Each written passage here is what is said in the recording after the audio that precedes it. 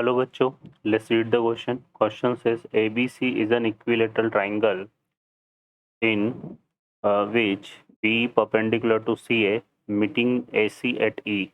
Then AB square plus BC square plus CA square is equal to option है हमारे पास 2BE square, 3BE square, 4BE square and 6BE square. Solve करते हैं बच्चों question को. इस question के लिए जो की कॉन्सेप्ट है वो देख लेते हैं यहाँ पे हम. की कॉन्सेप्ट की अगर हम बात करें यहाँ पर तो इन इक्विलेटरल ट्राइंगल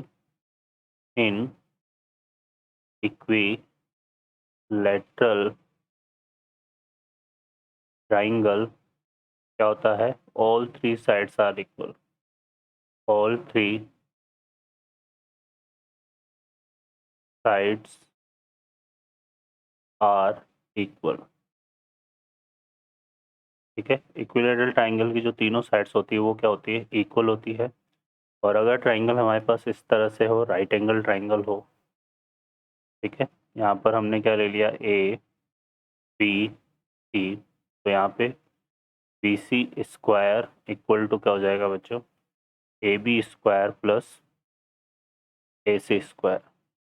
ठीक है, तो ये की कॉन्सेप्ट है. सॉल्व करते हैं क्वेश्चन को. इस क्वेश्चन में बोला हुआ है कि triangle A B C is an equilateral triangle. तो ये एक हमने ट्राइंगल ले लिया ए बी सी, जो कि हमारे पास कैसा ट्राइंगल है, इक्विलेटरल ट्राइंगल है.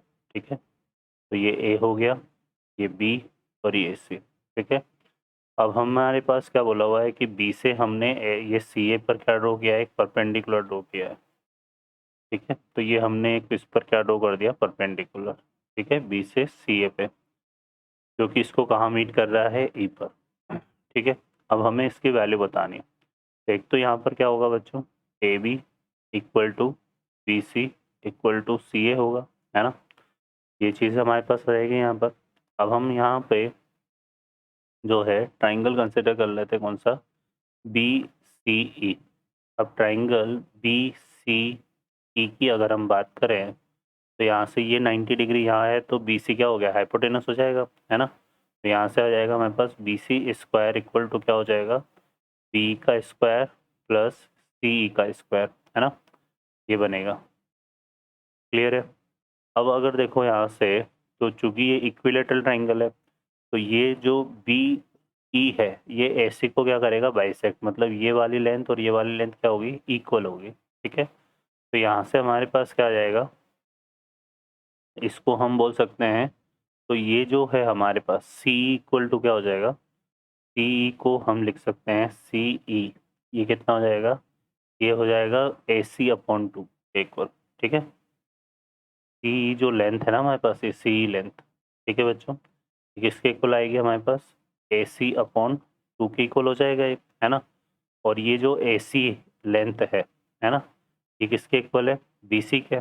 तो इसको हम ये भी लिख सकते हैं कि ये बी सी बाई टू के इक्वल हो जाएगा. ठीक है, तो इस यहाँ पर हम क्या करते हैं, यहाँ पे हम क्या करते हैं बच्चों, इसमें जो है पुट कर देते हैं सी स्क्वायर, सी की जगह बी सी बाई टू. तो यहाँ से आ जाएगा हमारे पास बी सी का square equal to B E का square plus B C by two का होल स्क्वायर. ठीक है, तो ये हो जाएगा कितना, बी सी स्क्वायर, और इसको इस तरफ लेके आएंगे तो ये आएगा कितना, B C square by four, और ये आ जाएगा हमारे पास कितना, बी ई स्क्वायर. ठीक है, इसको इस तरह लिख देते हैं, तो ये हमारे पास बनेगा. ओके बच्चों, अब इसको सॉल्व करते तो ये कितना हो गया, ये हो जाएगा 3/4 B C square equal to B square. ये हमारे पास आ गया.